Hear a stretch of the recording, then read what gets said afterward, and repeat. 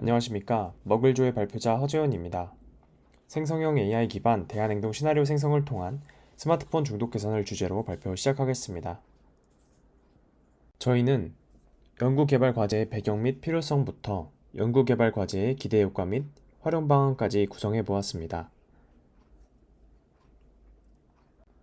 저희는 주변에서 너무나도 쉽게 스마트폰에 몰두되어 있는 사람들을 발견할 수 있었습니다. 한국지능정보사회진흥원의 2024년 보고서에 따르면 매년 스마트폰 과다 사용에 대한 인식은 늘고 있지만 인식과는 반대로 정상적으로 제어할 수 있는 사람의 비율은 더욱 떨어지고 있음을 보였습니다. 스마트폰의 과사용은 대부분의 사람들의 해야 할 일을 미루게 만들고 이 때문에 개인적, 사회적인 문제가 많이 발생하고 있습니다. 충남대학교 대학생들을 대상으로 스마트폰 사용에 대한 심층 면담을 진행해 보았을 때 대부분이 스스로 스마트폰 사용을 조절하지 못하는 문제가 발견되었습니다. 앞선 사회적인 문제 발견을 통해 해결의 필요성을 인지할 수 있었고, 스마트폰 과사용으로 인한 개인 사회적 문제가 매년 증가하고 있다는 점을 문제로서 바라보게 되었습니다. 반면 기존 스마트폰 사용 제한을 통한 조절 서비스들은 지속성이 낮으며 일시적인 기간에만 사용되는 특징을 가지고 있었습니다. 따라서 저희는 자발적으로 스마트폰 과사용에 대한 경각심을 주며 일시적인 기간이 아닌 장기적인 디지털 디톡스 서비스의 역할을 하는 서비스가 필요하다고 판단하였습니다. 이러한 문제점과 필요성을 토대로 이해관계자 인터뷰를 진행해 보았습니다. 20대에서 30대의 일반 사용자들 10명을 대상으로 인터뷰를 진행하였을 때 사용자들은 무의식적이고 습관적으로 핸드폰을 사용했으며 강제성으로 인해 오랜 기간 지속하여 습관을 개선하진 못했습니다. 또한 스마트폰 과사용의 부정적인 결과를 당연하게 경험해 볼 수 없는 점도 페인포인트로 발견되었습니다. 이해관계자의 니즈는 복잡하지 않은 서비스 형태와 자율성을 통해 부담이 적으며 직관적인 시각화를 통해 한눈에 본인들의 사용 습관에 대한 통찰을 할 수 있는 형태가 필요했습니다. 이해관계자와의 인터뷰 이후 이를 토대로 as is, how might we, to be를 순서대로 작성하며 연구개발의 방향을 정해보았습니다. 특히 사용자들에게 어떤 형태로 제공될지 개발 형태에 대한 논의도 다루며 정말 완성된 서비스 형태로 사용자에게 프로토타이핑이 될 수 있도록 준비하게 되었습니다. 핵심 문제를 정의해보면 스마트폰 과사용 방지를 위한 기존의 차단 방식은 근본적인 습관 개선이 아닌 일시적 효과에 그친다는 점입니다. 그래서 저희는 단순한 차단이 아닌 사용자의 내적 동기를 자극하는 새로운 접근 방식을 고안해 보았습니다.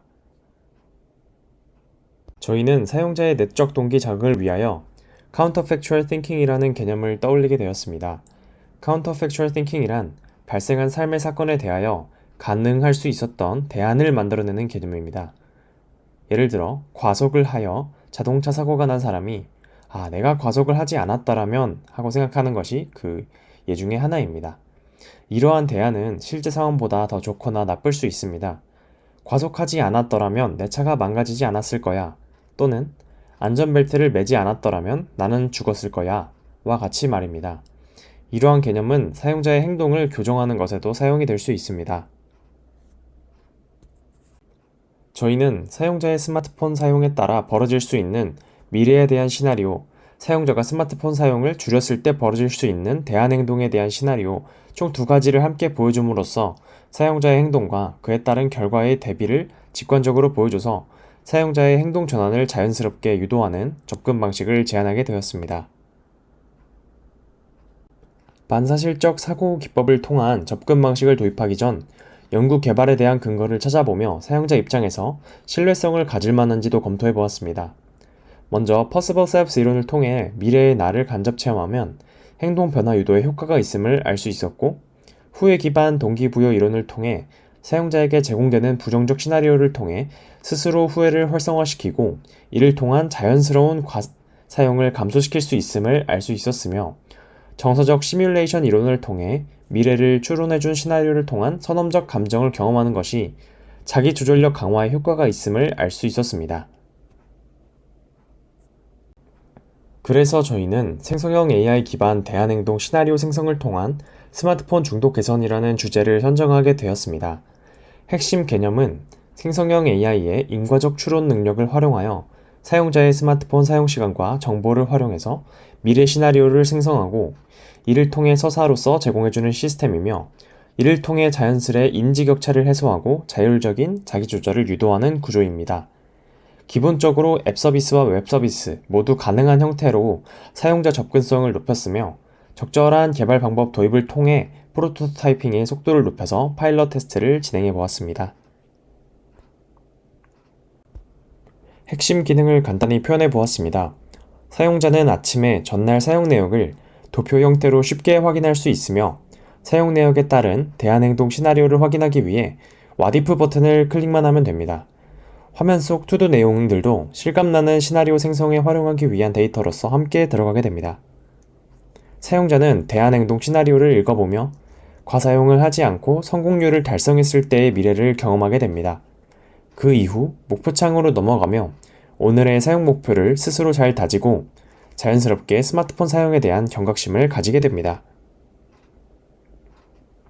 또한 저희는 실감나고 몰입되는 시나리오 생성을 위해 사용자의 정보를 프로필 형태로 입력받아서 생성에 활용합니다. 실제 몰입감을 더 느꼈다는 평가도 받았었습니다.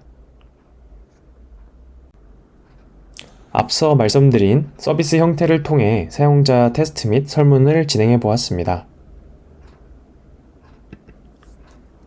질문은 다음과 같이 객관식, 서술형, 형태의 8가지로 구성해 보았습니다.